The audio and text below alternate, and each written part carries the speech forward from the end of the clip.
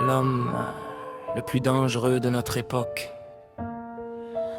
ce n'est pas celui qui possède des coffres remplis d'argent, ni celui qui crie pour se faire entendre, ni celui qui exhibe ses muscles pour paraître fort. L'homme le plus dangereux, aujourd'hui, est un être rare, une présence peu visible dans un temps où le bruit est abondant et la profondeur absente.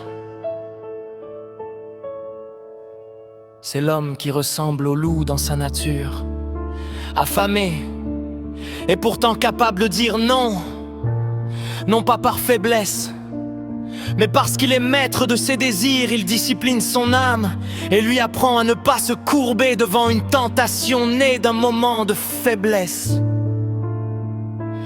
L'homme capable de se former lui-même, même entouré de tentations, est celui qui reste solide où qu'on le place et qui réussit, quel que soit l'endroit.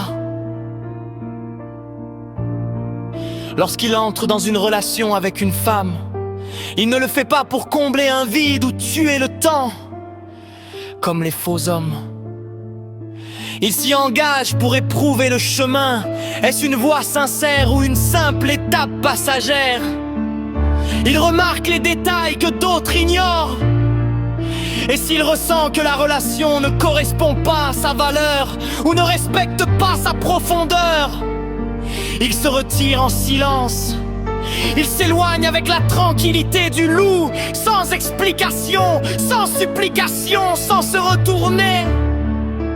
Ce n'est pas une fuite, c'est une conscience, car un homme véritable ne répare pas ce qui ne souhaite pas être réparé.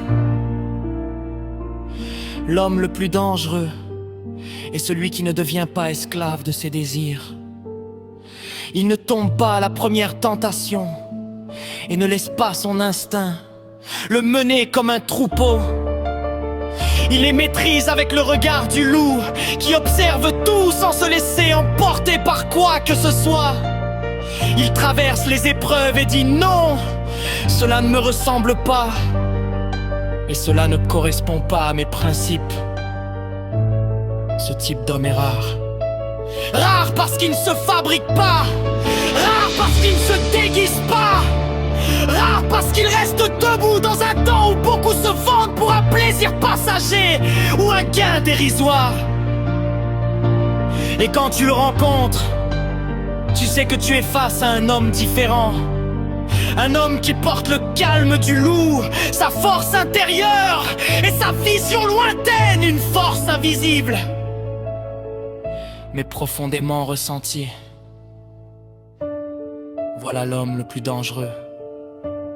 L'homme qui craint Dieu avant les hommes, qui se gouverne lui-même avant de vouloir diriger les autres, et qui demeure ferme dans un monde instable.